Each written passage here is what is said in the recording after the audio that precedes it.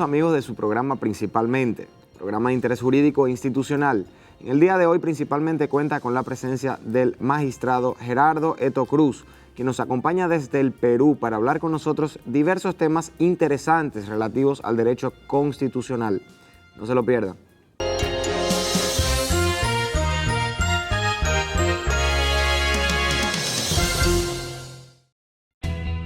Desde el 1989, Seaboard se convierte en la primera generadora privada de energía de República Dominicana.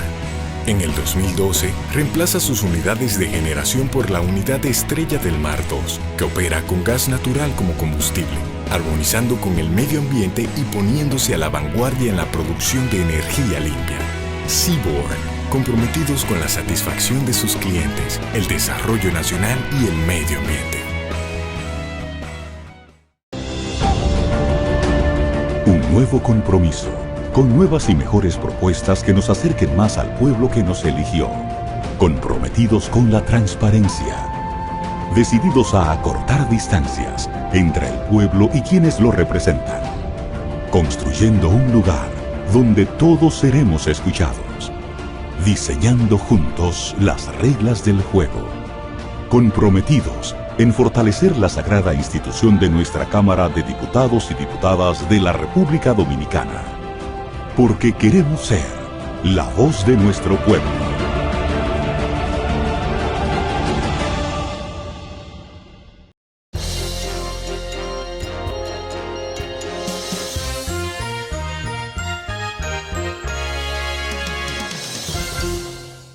Saludos amigos de Principalmente. Hoy en Principalmente tenemos un programa súper especial porque contamos con la presencia de un invitado internacional. Se trata del doctor Gerardo Eto Cruz, ex presidente del Tribunal Constitucional peruano, además un abogado con una larga trayectoria profesional en su ejercicio en todos los tribunales de su país, todas las instancias, pero también un acreditado académico, profesor universitario y, más importante aún, un jurisconsulto con más de 30 obras sobre derecho y fundamentalmente sobre derecho constitucional. Aquí, precisamente en este momento, tuvimos el honor de recibir del profesor Gerardo Eto Cruz una de sus últimas producciones. Se trata del libro titulado Teoría del Amparo. Teoría del Amparo es una de sus últimas producciones bibliográficas. De manera que para nosotros, principalmente Ramón, Francisco y un servidor, es un honor poder contar con la presencia de este prestigioso jurista peruano y más que peruano, prestigioso jurista latinoamericano. Profesor Gerardo Eto Cruz, un placer contar con usted aquí en Un honor estar con ustedes y estoy a vuestras disposiciones. Antes que nada, rectifico, no fui presidente, fui un humilde magistrado del Tribunal Constitucional. Han existido buenos presidentes, pero era uno dentro de la estructura del tribunal. Muy bien. Bien, profesor, ya en República Dominicana, que contamos a partir de la reforma constitucional que se produjo en el año 2010 y considerada la constitución que surge como consecuencia de esa reforma, una de las constituciones más modernas, liberales y democráticas del continente, que ya usted ha tenido la oportunidad de estudiar. A partir de esa reforma constitucional se crea el Tribunal Constitucional de nuestro país, que ya tiene en funcionamiento unos 5 años, que precisamente lo va a cumplir ahora, a noviembre. Uno de los modelos que nuestro Tribunal Constitucional ha tomado como referencia ha sido precisamente el Tribunal Constitucional peruano, porque a través de los años el Tribunal Constitucional de su país se ha ido afianzando en términos de la producción de una jurisprudencia constitucional que ha servido de referente para los demás tribunales latinoamericanos. Y usted le ha sido una ficha clave en todo ese desarrollo jurisprudencial en su país y sobre todo en el Tribunal Constitucional. ¿Cómo entiende usted ha incidido el Tribunal Constitucional peruano en todo el proceso de fortalecimiento institucional y sobre todo en el fortalecimiento del Estado social democrático de su país? Hay unas frases muy emblemáticas de un profesor alemán, Peter Heberle, que en forma muy comprometida con lo que él habla como Estado constitucional, sentimiento constitucional, él dice que existe una marcha triunfal de los tribunales, salas o cortes constitucionales. No sé si será tan cierto esta presunta marcha triunfal, pero él también precisa que los tribunales pueden adelantar o detener el reloj de la historia. De tal manera que hoy por hoy los tribunales, salas o cortes constitucionales a nivel planetario juegan una pieza clave en la construcción de la gobernabilidad, porque gobernabilidad presupone pues tratar también de racionalizar el poder político y afirmar las libertades, que hay veces que el asomo del autoritarismo aparece, y sobre todo en América Latina. En ese contexto, los académicos están señalando de que en América Latina se está generando un ius constitucional común latinoamericano. Y ese ius constitucional común latinoamericano se asienta en dos grandes pilares. Uno en el diálogo jurisdiccional y otro en el diálogo académico. En el diálogo jurisdiccional porque habría una suerte de un diálogo horizontal de tribunal constitucional a tribunal constitucional, de corte a corte. Es decir, si sale un fallo emblemático de un tribunal, lo recepcionan los demás tribunales de Latinoamérica, lo recepcionan, lo hacen suyo y lo incorporan a su marco interpretativo. Ese es tribunal horizontal de corte a corte. Pero también hay una suerte de diálogo vertical, metafóricamente hablando, que consiste en el diálogo de la Corte Interamericana que sienta sus principios a través de sus sentencias convencionales, y esa sentencia es obligatoria de la Corte Interamericana a todos los demás tribunales de nuestra región. Entonces ahí se bifurcan dos interesantes diálogos jurisdiccionales que es como consecuencia de esta globalización de jurisprudencia a nivel mundial. El otro es el diálogo académico, que surge cuando históricamente profesores que coyunturalmente coinciden en Buenos Aires en un evento, profesores que ya la mayoría son mayores, forman el instituto en Buenos Aires, forman el Instituto Iberoamericano de Derecho Constitucional.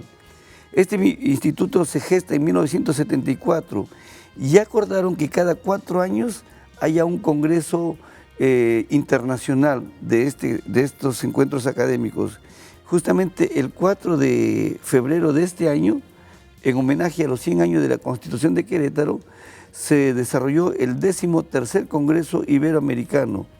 Y en este año, República Dominicana se ha incorporado a la seccional, ya existe una seccional iberoamericana de República Dominicana a nuestro Instituto Iberoamericano. De tal manera que este acervo de reflexiones académicas a través de libros, ponencias, artículos, tratados que producimos todos los profesores, ha generado un pensamiento constitucional en la cual estaría rompiendo un poco con la vieja y culta Europa. Es decir, principios, conceptos, categorías que se vienen desarrollando son gesta propia del pensamiento latinoamericano. Y esto forma parte de los escenarios de lo que es la posmodernidad.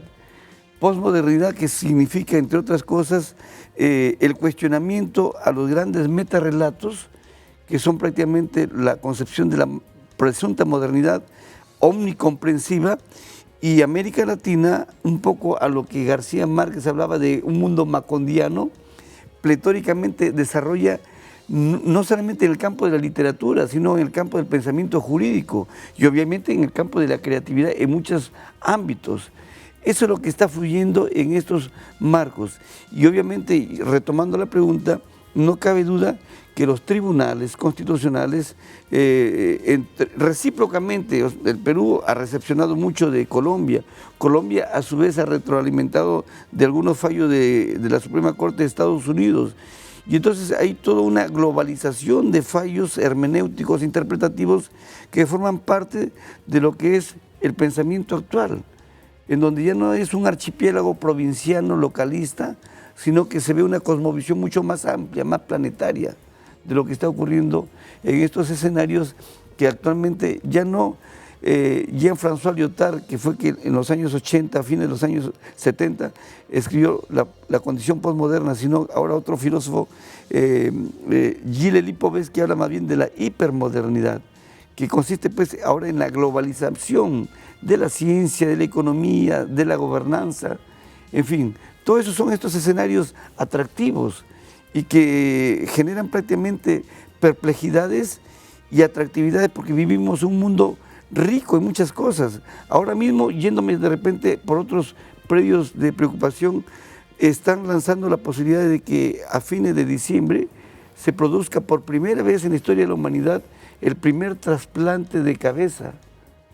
Entonces, son escenarios inusitados que nos ha tocado, para bien o para mal, vivirlos en estos tiempos. Profesor, en ese escenario, digamos, de globalización, de cercanía entre los países de América Latina, ya como sujetos y que comparten entre sí, porque quizás había siempre una referencia, como usted dice, a Europa, a Estados Unidos, pero no había como esos diálogos tan directos entre los propios académicos de América Latina, salvo entre algunos países más cercanos. Pero hoy en día es muy frecuente en el derecho constitucional y en otras ramas del derecho público esos puntos de contacto y esa autorreferencia. Entonces ya se puede hablar de un derecho constitucional común latinoamericano. Digamos, siempre dicen los constitucionalistas que todo derecho constitucional también es local, pero hay esa comunidad, hay cada vez más una comunidad latinoamericana que habla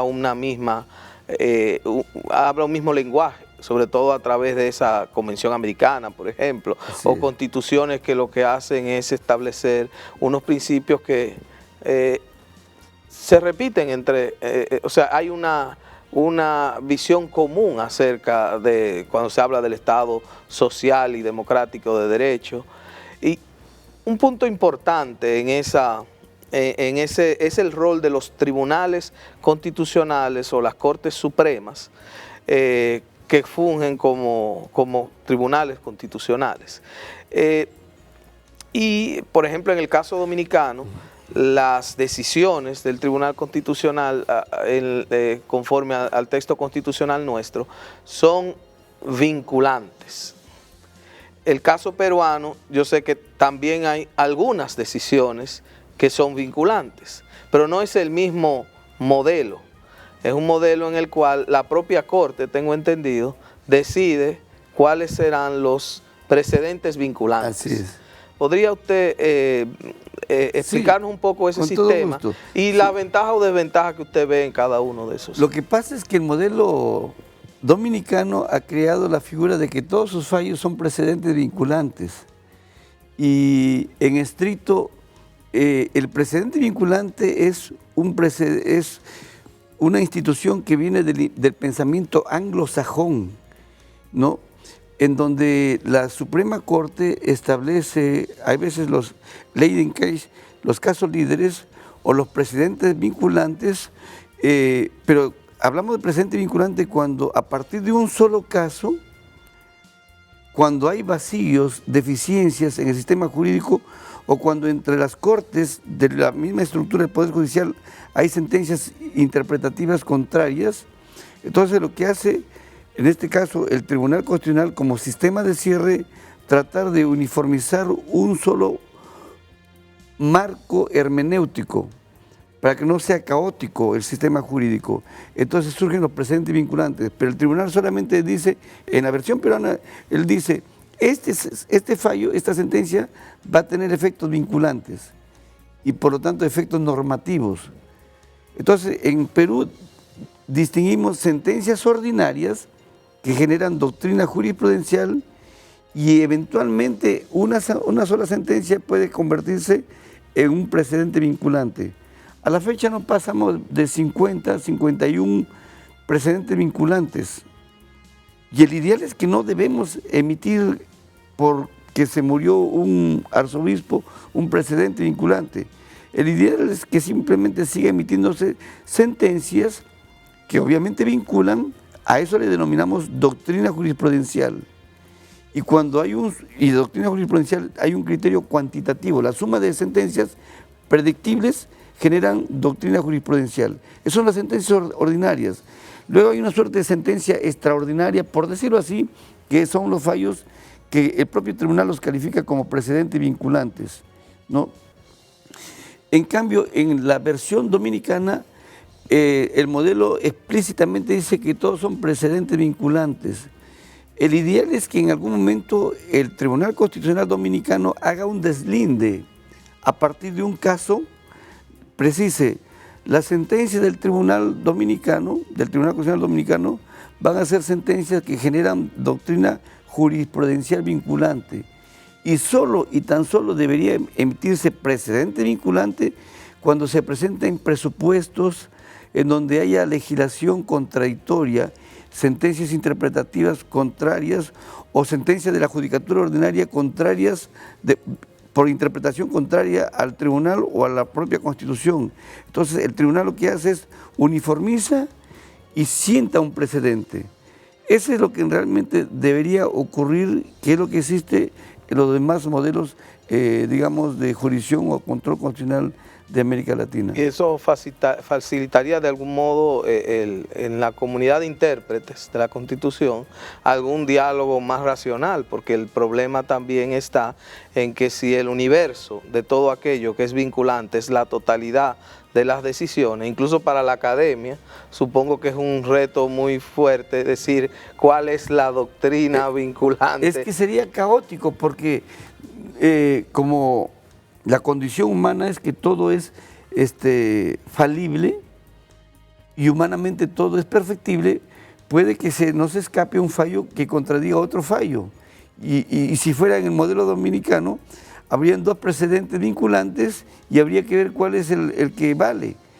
Se supondría que el posteriori deroga el anteriori, pero el anteriori, mientras no ha sido derogado explícitamente, generaría una antinomia, una laguna el propio tribunal. Entonces, bueno, no sé si es correcto lo que yo estoy hablando, de estar hablando de alguna eventual contingencia de reforma, pero sí sería bueno que a partir del propio tribunal ellos establezcan un orden de prelación en sus propios fallos, porque van a haber algunos que vinculan más, sobre todo, a todos los poderes del Estado, y eso ocurre con los precedentes vinculantes.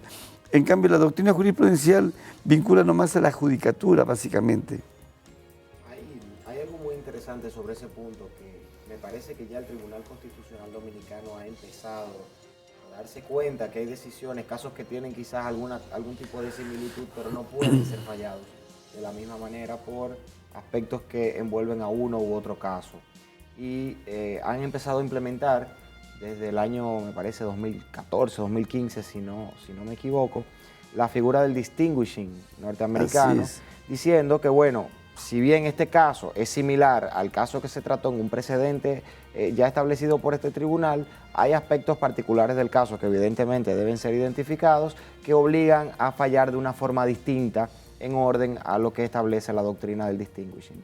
Pero yendo con la inquietud, profesor Eto, que tengo en orden a lo que venimos hablando sobre este derecho constitucional iberoamericano o latinoamericano.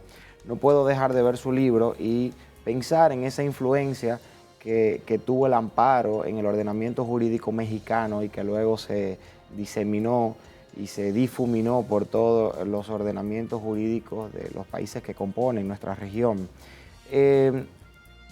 Recientemente el presidente del Tribunal Constitucional Dominicano, el doctor Milton Rey Guevara, pronunció unas palabras que nosotros muy bien conocemos ya, sobre todo ustedes los estudiosos del derecho constitucional, y es que los derechos fundamentales solo valen lo que valen sus garantías. Sin garantías los derechos fundamentales realmente no tienen una verdadera materialización. Y me gustaría saber esta frase, estas palabras, en orden a lo que usted ha plasmado en el contenido de su más nueva obra, más reciente obra. ¿Qué usted podría decirnos al respecto? Efectivamente, la declaratoria de los derechos fundamentales en las constituciones arranca desde sus orígenes de la Constitución de Filadelfia de 1787, la francesa de 1791, precedida por la Declaración Universal de los Derechos del Hombre y Ciudadano. Es decir, en toda constitución hay una declaratoria dogmática, decimos, de los derechos fundamentales, pero ¿de qué sirve que esté declarado poéticamente si no va a tener efectos prácticos? Surge entonces en su momento la célebre polémica entre Kelsen y Smith, ¿no?, en torno a quién debe ser el defensor de la Constitución. Entonces Kelsen plantea que debería existir un órgano distinto a los tres poderes clásicos, que sea el guardián. Smith plantea que debería ser un órgano fuerte, que debería ser el Ejecutivo. Esa polémica, que se mantiene viva, llevó a que Héctor Fix Zamudio, nonagenario, él pretóricamente tiene ya 93 años, acaba de cumplir hace poco, plantea la tesis de que hoy por hoy la defensa de la Constitución tiene como presupuesto lo que usted ha planteado, que exista un conjunto de garantías, es decir, de instrumentos procesales que afirmen la tutela efectiva de esos derechos fundamentales. Entonces surge lo que ahora se denominan procesos constitucionales, como el habeas corpus, el amparo, el habeas data, el proceso de cumplimiento y también el control abstracto de si hay alguna ley contraria a la Constitución en los procesos de inconstitucionalidad. No importa el nomen juris de donde provenga en los sistemas, pero son los grandes instrumentos procesales que van a tratar de afirmar y sobre todo de restituir el derecho presuntamente conculcado del justiciable. Y justamente el rol que le cabe aquí es al Tribunal Constitucional como última instancia. Hay veces que la judicatura ordinaria tiene un poco, no temor, pero están en una situación, diríamos, un poco más conservadora. Y en cambio los tribunales se supone que es el último cierre de esperanza del justiciable cuando se ve denegado su pretensión en la judicatura ordinaria. El modelo dominicano es como el peruano. En última instancia recurren ya pues al Tribunal Constitucional. Es por eso que hay una frase también, pero en este caso norteamericana. Los gringos, digo yo, los norteamericanos suelen decir, la Suprema Corte no es la última palabra porque sea infalible, sino que es infalible porque es la última palabra. Y entonces el sistema de cierre hoy en todos los modelos del control concentrado radica en los tribunales constitucionales. Pero hay otro tema, que dentro de los paradigmas de la posmodernidad, como se viene replanteando contestatariamente estas cosas que presuntamente eran algo dogmático, incuestionable y como una sentencia del tribunal que es la última palabra, ocurre que se han generado fenómenos en donde puede un juez de primera instancia de República Dominicana o de cualquier país desacatar o no aplicar una sentencia o un precedente de la Suprema Corte o de un tribunal constitucional. La respuesta puede ser dentro de la posmodernidad, sí. ¿Cuándo? Cuando se aplica el distinguish. 2, cuando haya un overruling, que ahí no habría problema porque lo cambia el propio emisor de la sentencia. Y 3, cuando ejerce control difuso de convencionalidad. Es decir, puede que se genere en cualquier país de América Latina una sentencia constitucional inconvencional. Y si esto es así, un juez pertrechado de una sólida argumentación jurídica convencional puede desaplicar esa sentencia del Supremo órgano jurisdiccional porque es realmente inconvencional. Son los atractivos mundos de estas concepciones que eran como dioses de pies de barro, vienen cayendo estrepitosamente con estos nuevos horizontes, nuevos paradigmas de interpretación. Profesor, ciertamente que el derecho constitucional, y en el caso específico de nuestro país, se ha venido expandiendo, como usted decía, ya de manera global. Y en República Dominicana, antes de que se instaurara el Tribunal Constitucional, las discusiones constitucionales en materia constitucional eran muy escasas, por no decir que no existían. Los que tuvimos la oportunidad de estudiar antes de que esa materia se impartía en las escuelas de Derecho, recuerdo que nos daban dos constitucionales, Constitucional 1 y Constitucional 2, que era una especie de introducción al derecho constitucional, nada más, desconociendo la amplitud del derecho constitucional. Sin embargo, habían juristas que siempre abogábamos por la instauración en el país de un tribunal de garantías constitucionales. Se decía en ese debate que no era necesario porque la Suprema Corte de Justicia hacía las veces de Tribunal Constitucional, sobre todo cuando ejercía el control difuso de constitucionalidad.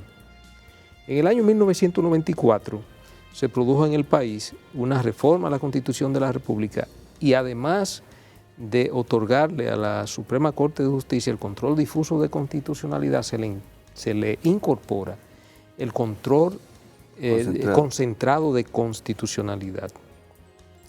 Esto obviamente ya comenzó a generar las expectativas que antes no existían sobre el derecho constitucional.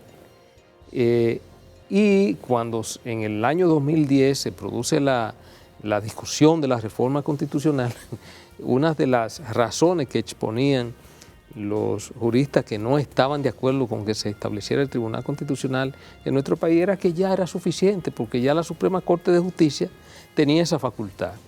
Lo que sí siempre insistíamos en que se incorporara el Tribunal Constitucional, decíamos que está bien, que la Suprema Corte de Justicia sigue ejerciendo el control difuso de constitucionalidad, pero que eso estaba constituyendo al Poder Judicial en un superpoder, que además tenía la posibilidad de el Poder Judicial controlar al Poder Ejecutivo, pero también al Poder Legislativo, y se constituía un superpoder sobre los otros dos poderes, siendo el menos democrático de los poderes. Bueno, el asunto fue que se produjo una gran discusión en República Dominicana en ese momento, y en definitiva logramos que se incorporara el Tribunal Constitucional.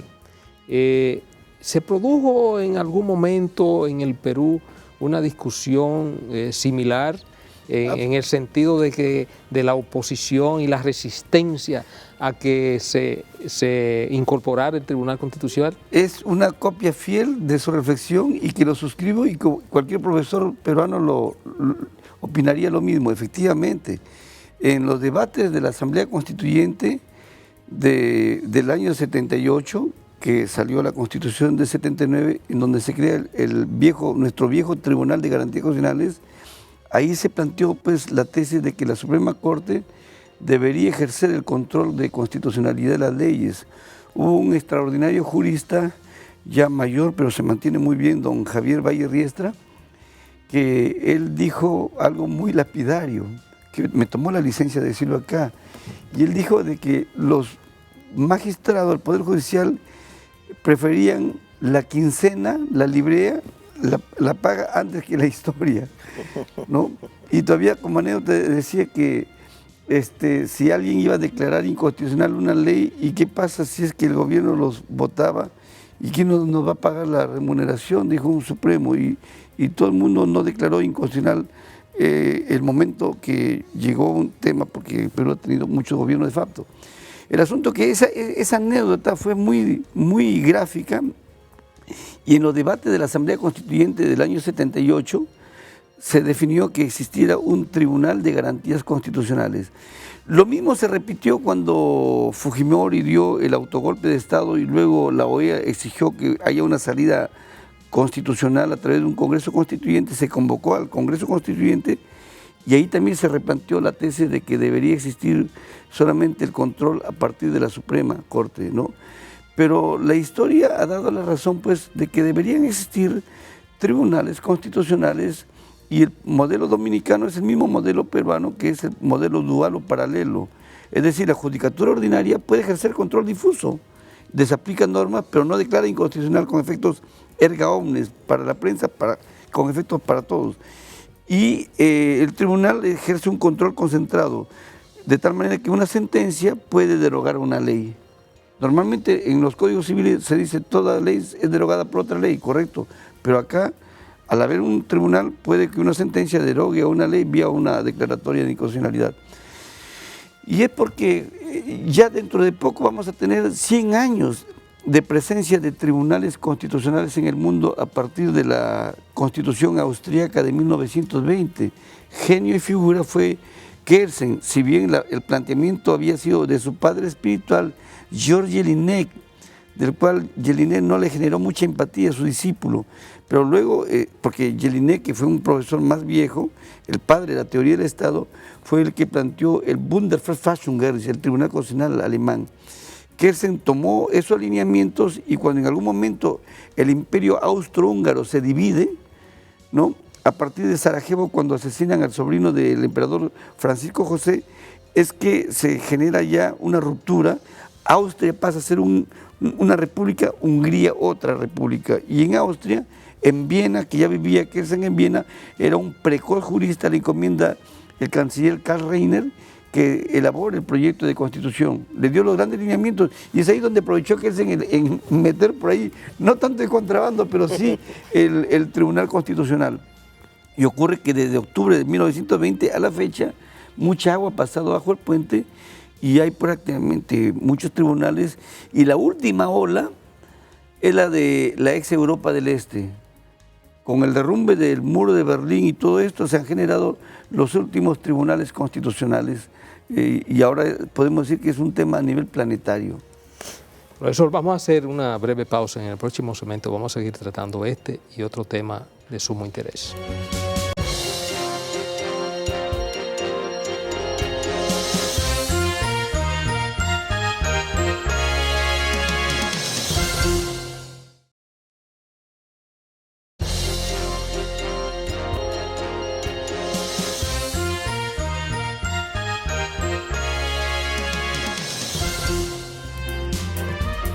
Seguimos, amigos, principalmente hoy con la gratísima presencia del profesor Geraldo Eto Cruz. Bien, profesor, el derecho constitucional es fascinante. Es fascinante porque como derecho público de él o alrededor de él giran las demás ramas, la Constitución. Usted nos ha recreado una historia fundamental de los orígenes o del origen del Tribunal Constitucional.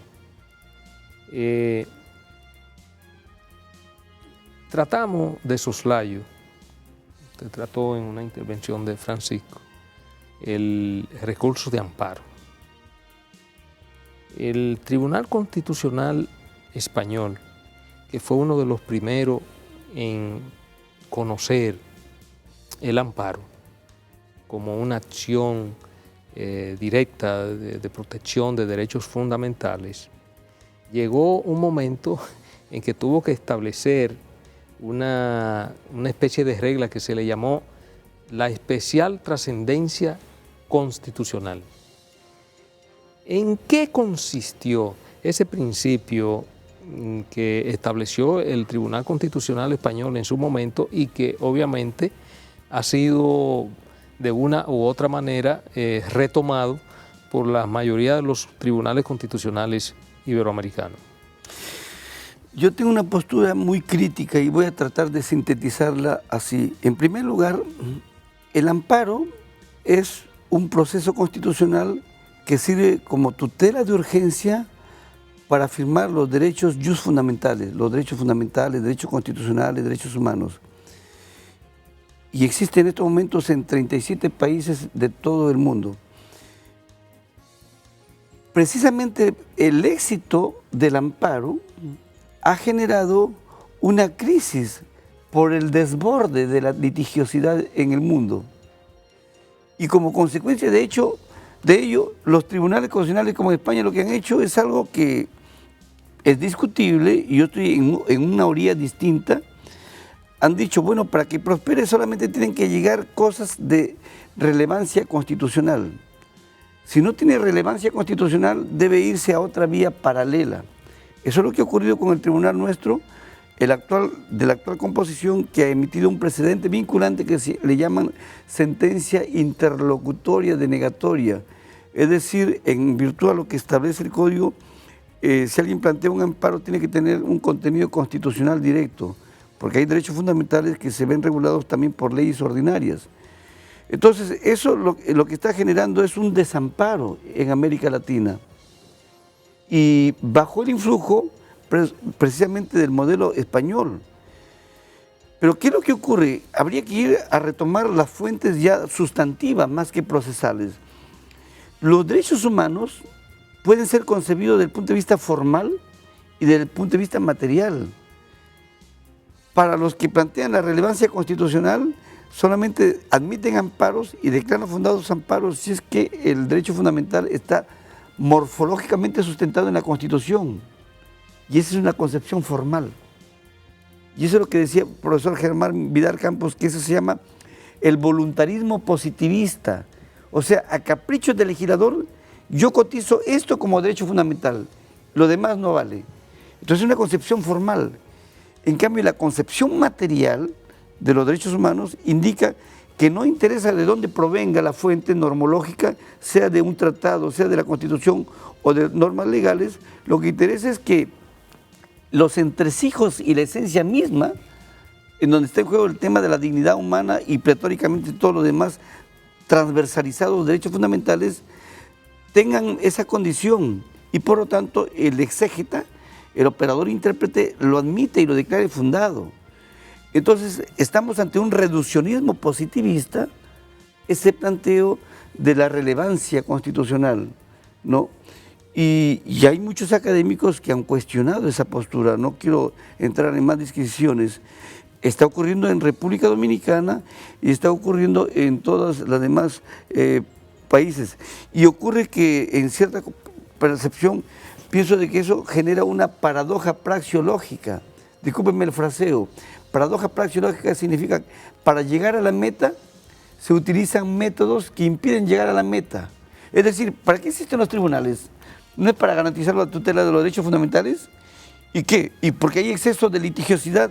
Yo declaro nomás que estos son los que vamos a tutelar. No hay libertad para los enemigos de la libertad.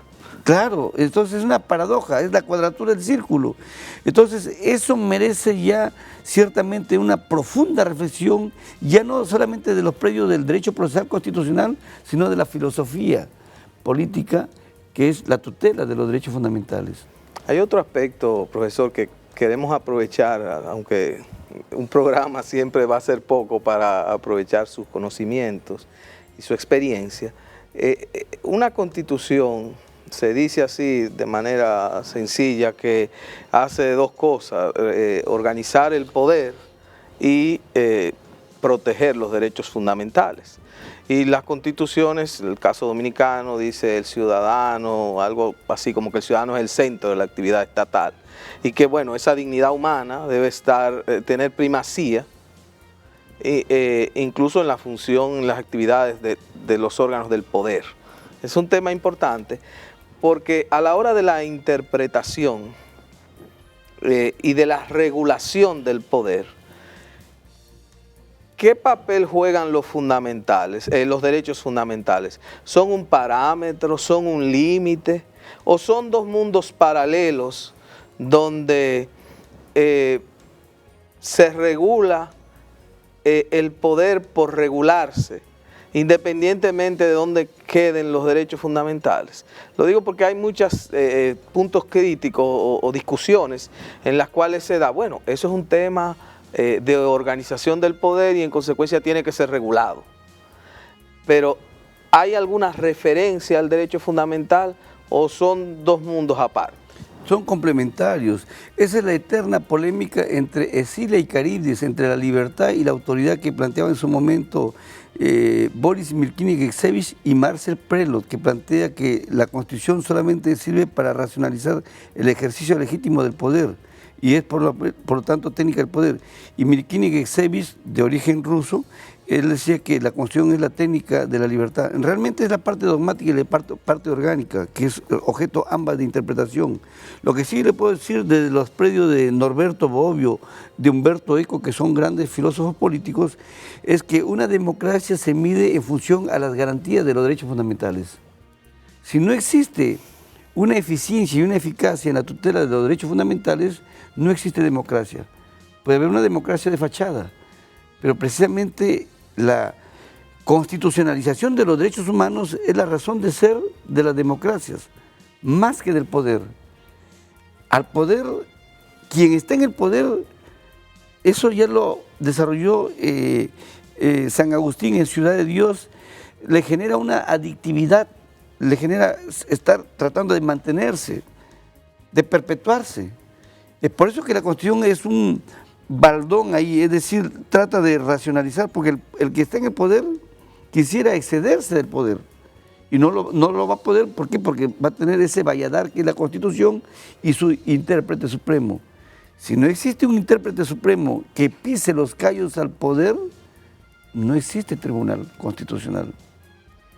Profesor Eto, hemos ido saltando un poco de países y de tribunales constitucionales y evidentemente tenemos que volver al inicio de nuestra conversación donde afirmábamos una internacionalización del derecho constitucional y creo que usted mismo mencionó una importante influencia de los Estados Unidos en algún momento, lo mencionamos a los Estados Unidos en la conversación y evidentemente Estados Unidos y las decisiones de la Suprema Corte de los Estados Unidos ha tenido mucho impacto en los distintos ordenamientos y jurisdicciones latinoamericanas.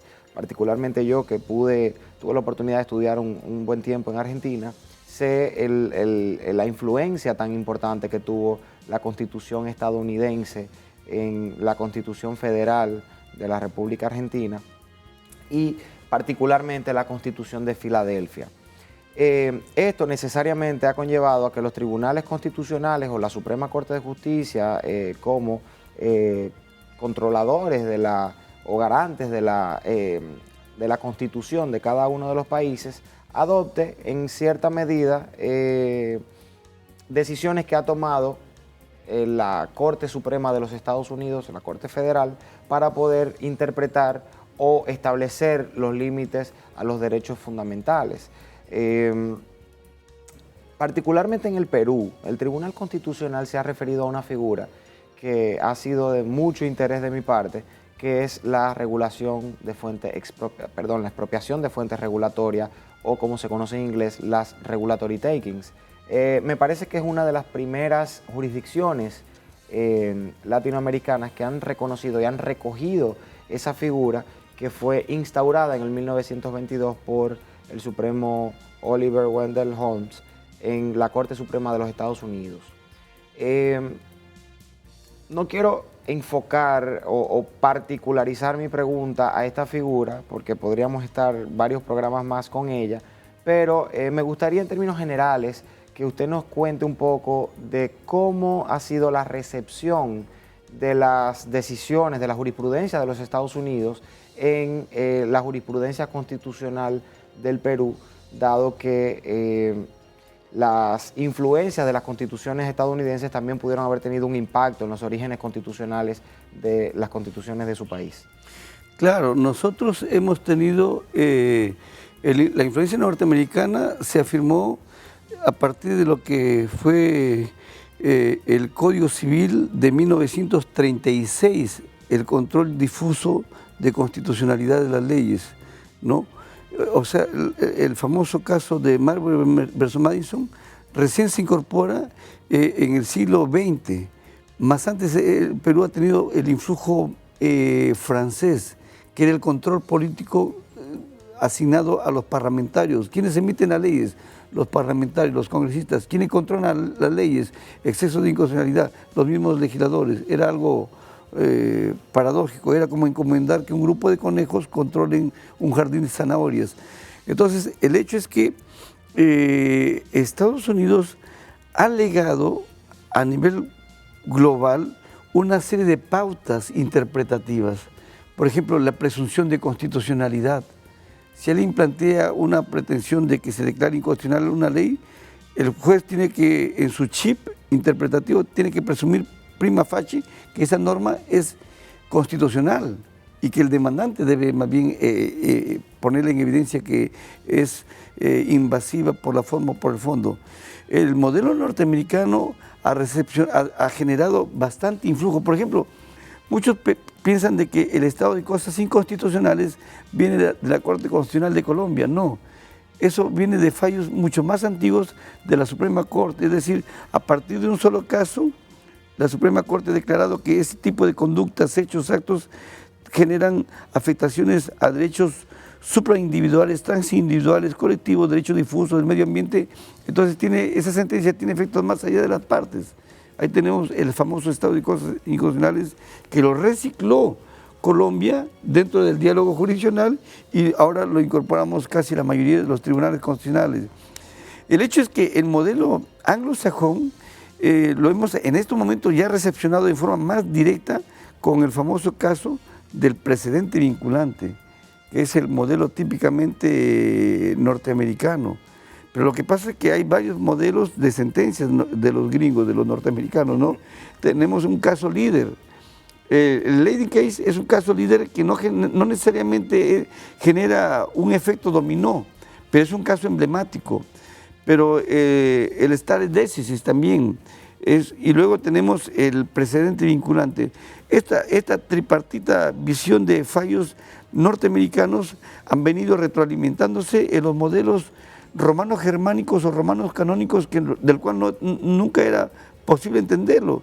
Y ahora los norteamericanos están recepcionando del modelo continental europeo y están haciendo códigos escritos. Por ejemplo, el Código de Comercio, tengo entendido que tiene más influjo de costumbre, ¿no? Lo han codificado ya los legisladores norteamericanos. Entonces, esto genera pues lo que hay un amigo italiano, que aquí quiero citarlo, Lucio Pegoraro, que habla de los modelos o sistemas de justicia en el mundo y que yo personalmente veo que es la globalización del derecho, ¿no? Y en fin, lo que le interesa es simple y llanamente que lo que se incorpore tenga eficacia en el país, porque claro, tampoco no puede ser que los artefactos eléctricos uno lo compra, lo enchufa y funciona. Y hay que tener cuidado porque si uno incorpora institutos foráneos, de repente no viene a ser como un artefacto eléctrico porque no funciona. Entonces tenemos que asimilarlo, escarmenarlo, asimilarlo y ver si funciona bien y si no, se descarta. Bien, profesor, vamos a aprovechar para hacer una última pausa y en próximo segmento vamos a seguir tratando este y otros temas de interés.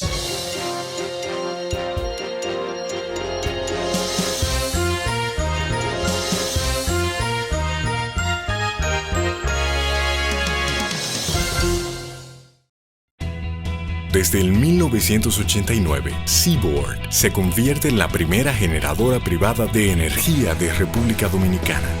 En el 2012, reemplaza sus unidades de generación por la unidad Estrella del Mar 2, que opera con gas natural como combustible, armonizando con el medio ambiente y poniéndose a la vanguardia en la producción de energía limpia.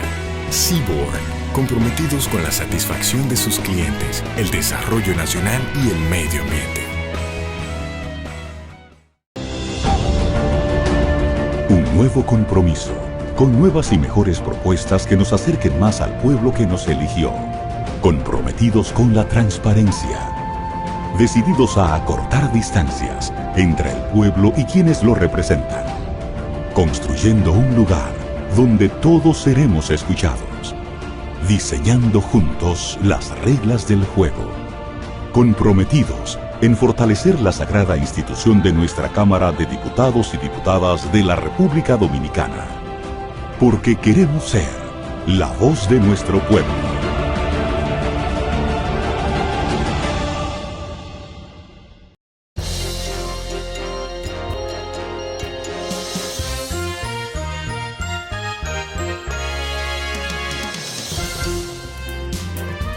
Seguimos, amigos, en Principalmente hoy con la gratísima presencia del profesor Gerardo Eto Cruz. Profesor, como decían los muchachos, una hora tratar cualquier tema con usted resulta insuficiente.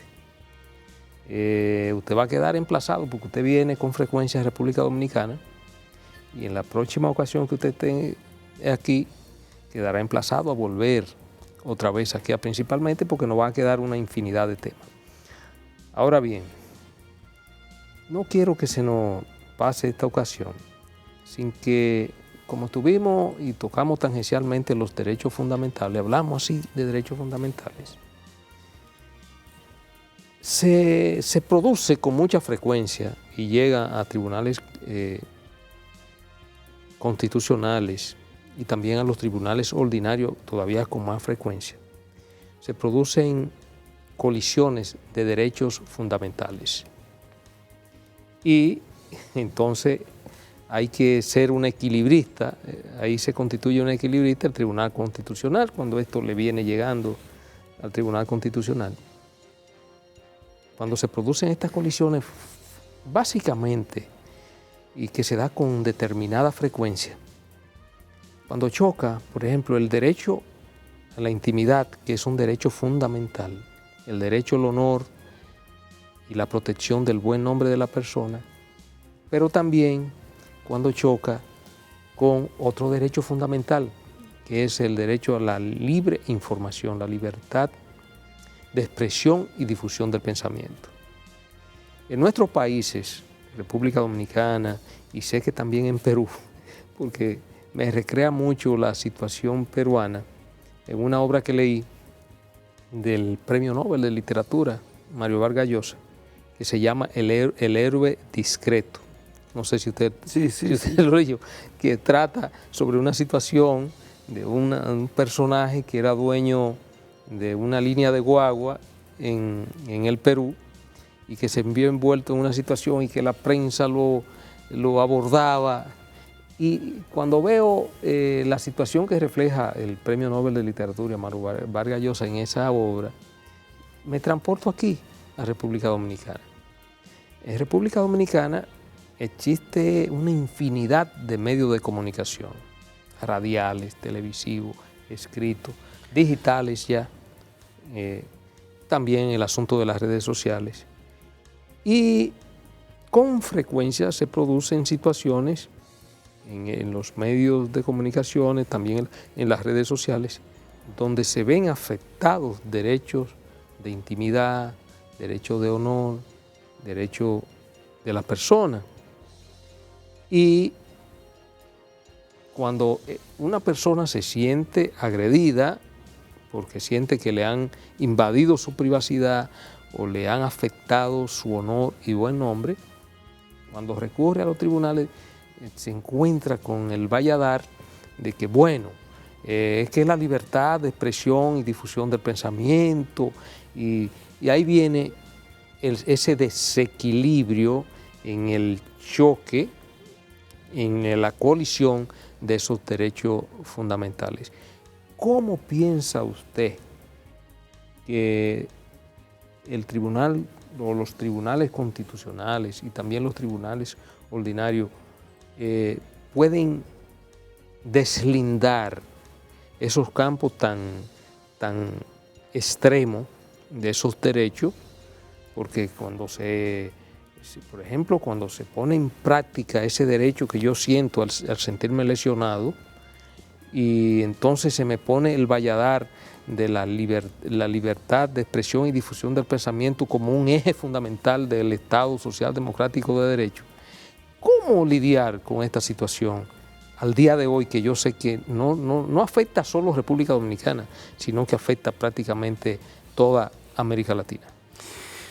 Debo confesar que tengo terminado un libro que se va a llamar Derecho Constitucional para Periodistas.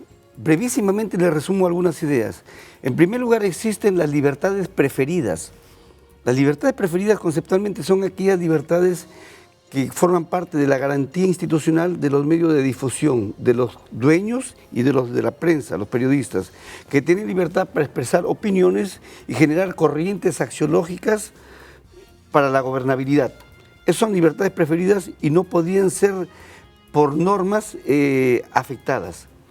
Pero una cosa son las libertades preferidas, que son la libertad de opinión, libertad de expresión, y otra cosa es que cuando la prensa, aunque fuere con el condicional, podría, emite un fallo lapidatorio de una persona en donde presumen que ya es delincuente, ¿no? Ahora que está de moda el tema de la corrupción, Odebrecht y todo esto, y entonces se genera lo que la Suprema Corte de Estados Unidos, yo tengo un capítulo de parte del libro que ya está publicado, la real malicia. Y la real malicia consiste en que el periodista, sabiendo que el flujo fáctico de la noticia es falsa, la escarmena y la hace pasar por verdadera. Ahí hay un dolo y ya está cometiendo delito, aparte del tema de injuria, difamación, calumnia. Entonces, ese tema, si alguien lo judicializa, las judicaturas en América Latina son reacios a declarar fundado. ¿Por qué? Porque hoy por hoy, lamentablemente, la judicatura tiene temor a la prensa por el fenómeno mediático que puede ser, porque los periodistas, discúlpenme, estamos hablando de ustedes que también son hombres de prensa, empiezan a estigmatizar y a descalificar, ¿no? Entonces, es un problema contemporáneo que es parte también de la hipermodernidad y sobre todo cuando se desarrolla un fenómeno de la élite política, de la clase política en toda América Latina y en todo el mundo, que se llama el argumento de la falacia, que se llama falacia ad hominem. O sea, la gente descalifica a uno, al oponente. Si hay alguien que afirma una proposición, el otro contendor debe, en ese juicio, hacer la retórica del diálogo de pugnar quién es el que tiene la razón. No, pero el otro simplemente descalifica. Y es por eso que la prensa a nivel latinoamericano viola un bloque de convencionalidad que es la presunción de inocencia. Y después que ya alguien sale absuelto, para que la prensa empiece a limpiarlo, entre comillas, es un gran problema. Y sobre todo cuando queda estigmatizado en Google. En Google, ¿no? Sí, que aparece todo. Y el tribunal ha señalado el derecho al olvido, pero realmente quedó impregnado ahí. Estos son los tiempos que requieren ya nuevos retos de reflexión jurídica y en el campo de la filosofía política. Entonces, la prensa hoy por hoy es un poder fáctico, demoledor, que está inclusive encima o montado encima del poder institucional del Estado, ¿no? Vea usted, y forma parte ya, Humberto Eco, antes de morir, ha reflexionado sobre la prensa en términos lapidarios. Claudio Magris habla de la política pop, en donde realmente hoy por hoy la política pop está definida a partir de las imágenes que crean ¿quién? La prensa, ¿no? No genera una gobernabilidad, sino generan o proyectan una imagen que es el que quisiera el gobernante, ¿no? Entonces, son temas muy complejos que requerirían más bien reflexiones de calado más profundo y obviamente no se puede sintetizar, pero esas son preocupaciones de las cuales yo estoy totalmente de acuerdo, ¿no? Sería bueno que la misma prensa tenga formación jurídica. Los ingleses, si alguien va a votar en un periódico, va a salir un sueldo periodístico, hay abogados de planta que chequean, no, esto no lo saques porque me puede llegar una querella, y son millones de dólares que pagan por una demanda. Pero en América Latina no ocurre eso. Cuanto más mediático sea una cosa muy terrible, más se vende. ¿Por qué? Porque forma parte de la civilización del espectáculo, es de la banalización que habla Mario Vargas Llosa. Sí, en la civilización del espectáculo, ciertamente hace un análisis bastante profundo. Es un tema realmente espinoso y una parte que usted hace referencia sobre todo en el aspecto de incluso si se quiere, la justicia ordinaria, que es muy temerosa de los medios de comunicación, sobre todo frente a lo que se ha dado a llamar la corriente del populismo penal. Populismo penal mediático, que, bueno, ya si a una persona los indican, aunque no tenga la más mínima posibilidad o probabilidad de que se le pueda demostrar los hechos de que se le acusan, pero si ya viene la presión mediática y se solicita prisión preventiva, el hombre, aún reuniendo todos los elementos fácticos y que califica para conocer ese proceso en libertad, le dan prisión preventiva porque hay que dársela. Es lo que ha ocurrido con nuestro... Eso es terrible, es una especie de dictadura. Es el caso que ha ocurrido con el expresidente Ollanta-Humala. ¿no? Y no hay ni acusación y está 18 meses, ¿no?